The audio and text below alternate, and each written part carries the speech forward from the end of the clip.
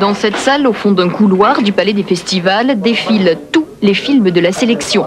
Ici, 4 projectionnistes monteurs venus de Lille et de Paris se relaient. Ils verront tous les films, mais pas comme on l'imagine, en 35 mm et jamais sur grand écran. En dehors de la vérification, on n'a pas tellement le temps de les voir. On a trop de vérifications, on a beaucoup de vérifications, donc on n'a pas le temps de voir les projections. Un coup de chiffon pour enlever la poussière, première étape d'un travail précis où l'on vérifie la qualité de la bobine. Par exemple, que les perforations ne sont pas déchirées, ce qui casserait le film lors de la projection. Ensuite seulement, on collera les différentes bobines d'un même film. On a reçu en 5 bobines, alors qu'à l'origine, le film devait être tourné en 10 bobines. C'était des bobines 300 mètres. Donc là, c'était rassemblé par le laboratoire qui a tiré la copie neuve en 600 mètres. Là, je renforce un collage. Vous renforcez un collage. Je renforce un collage laboratoire qui risque de casser la projection, donc je le rescotche au-dessus pour éviter la casse en projection. Ce qui permet à ces messieurs de faire des changements de bobine corrects. Arrête-toi derrière, Alain. Hein. Pendant que les uns se moquent, les autres ont pris le pinceau pour un collage plus délicat sur une déchirure. Ici, la déchirure, on la joue du matin au soir. Une vingtaine de copies sont vérifiées quotidiennement. Mais le plus dur est à venir, un film de 3 heures, 5 km de bobine à mouliner. Le deuxième film anglais de la compétition est signé Stephen Frears, qui revient à Cannes 9 ans après le sulfureux prix Cop Your Ears. Écrit par Roddy Doyle comme The Snapper, présenté en 93 à la quinzaine des réalisateurs, The Van raconte l'histoire de 2 chômeurs irlandais qui ouvrent une baraque ambulante de frites, hamburgers et sandwichs. Les staffettes, tout juste bonnes pour la casse, qu'ils achètent d'abord sans moteur, concrétisent leur volonté de sortir de leur situation difficile et de lutter contre la fatalité de la crise.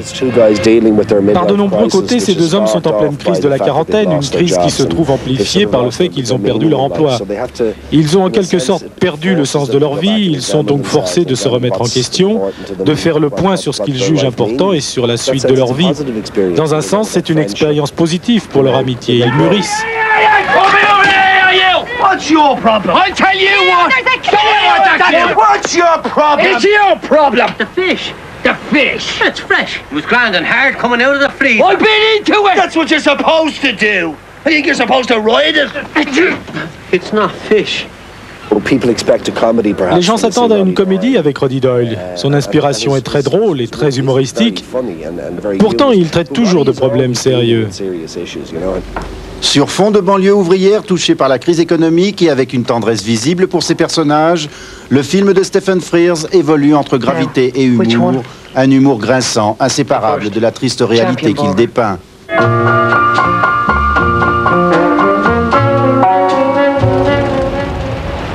Décidément, tous les moyens sont bons pour se faire remarquer.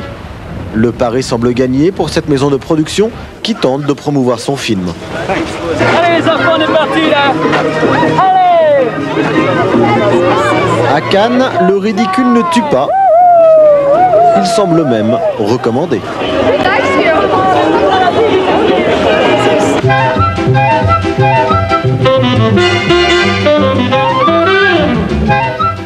Pour terminer ce journal, ce voyage de Saint-Étienne jusqu'à Dieppe, à l'occasion du 60e anniversaire des congés payés, une reconstitution que nous font vivre Sophie Catoire et Jean-Luc Weber.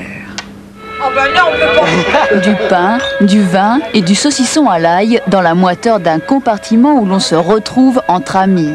On appelle ça le train du plaisir depuis un certain printemps 1936 où après d'âpres combats, une foule de travailleurs ébahis savourait le rêve absolu jusqu'alors interdit, la semaine de congés payés annuels.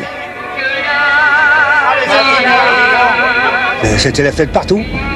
Puis il y a eu un petit peu de bagarre avec les gars de mobile. Mais enfin bref, on a réussi à ce qu'on voulait, quoi. Et puis on commençait à sortir un petit peu, on commençait à aller à Dieppe, on avait train de plaisir. Bah oui, c'était de bonheur et pour l'histoire. Terminus de ce voyage en tout point fidèle à l'esprit des premiers congés payés, ni le sable fin, ni les cocotiers, mais Dieppe, petit port frisqué de la côte d'Albâtre. Pour l'occasion, les flonflons étaient de sortie, ainsi la tradition du bal populaire fut elle aussi respectée.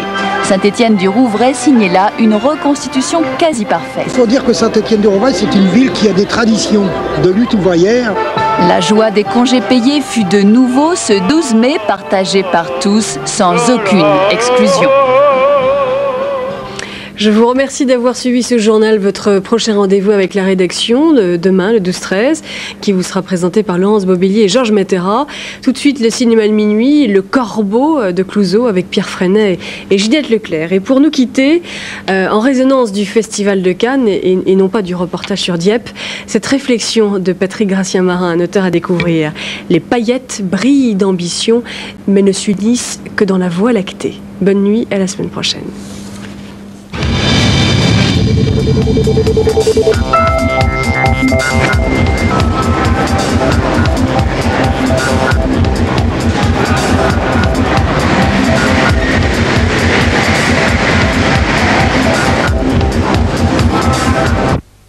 Le Corbeau. Bonjour mademoiselle. Est au cinéma de minuit, tout de suite sur France 3.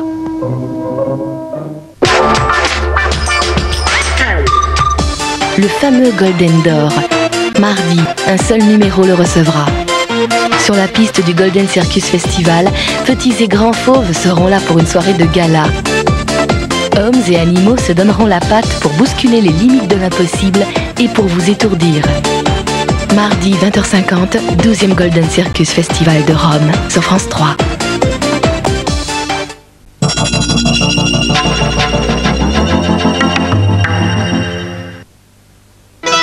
Le nouveau téléphone portatif Ericsson est arrivé, le GH388. Plus léger et plus performant, il offre plus de 80 heures de temps de veille et plus de 4 heures de temps de parole. GH388 d'Ericsson. Vous allez en entendre parler pendant longtemps.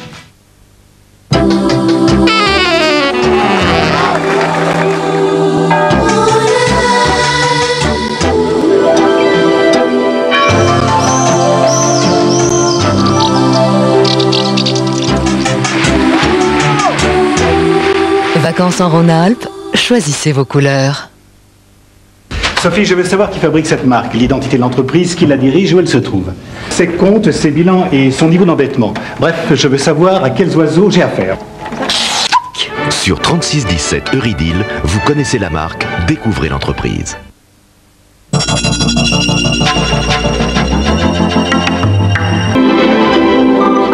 vieille sorcière! Loin du Brésil. Tu regrettes pas d'être venu? Au contraire, je me régale. Je me trouve moche. Et t'as pas tout vu. Je me trouve vieille et moche. Est-ce que tu peux être bête? La jungle familiale. Benoît, il est 11h passé. J'ai l'impression que le temps va se gâter. C'est qui? C'est papa. Il nous invite tous à dîner ce soir à Deauville. Me faire ça un jour comme aujourd'hui, je ne peux pas le croire. Inédit, le bonheur de se détester en famille. Lundi 23h25 sur France 3.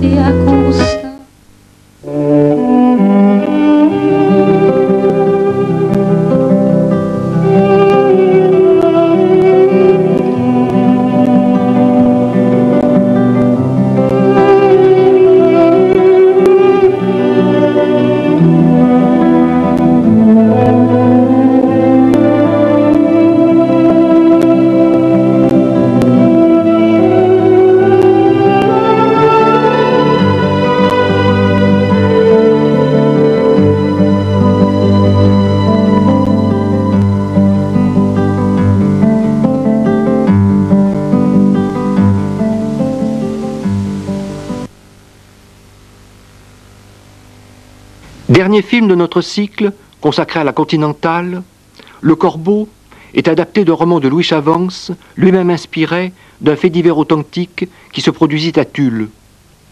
Le Corbeau fut accusé par les lettres françaises et l'écran français d'être une œuvre pernicieuse par sa volonté systématique de salir et de diminuer la France. Un autre filet anonyme, paru dans Candide, révéla que Le Corbeau avait été exporté en Allemagne sous le titre « Une petite ville française », ce qui était totalement faux. Louis Chavance et Henri-Georges Clouzot furent l'un et l'autre privés du droit de travailler dans le cinéma français. La qualité exceptionnelle du Corbeau se devait en effet d'exciter les jaloux moins doués que Clouzot. En 1946, rappelle Jacques Siclier, dans son livre La France de Pétain et son cinéma, des voix autorisées s'élevèrent contre l'interdiction du Corbeau et de ses auteurs, Marcel Carné, Claude Autant-Lara, Marcel L'Herbier, dans le journal Combat par exemple. Le film et ses auteurs furent justement réhabilités.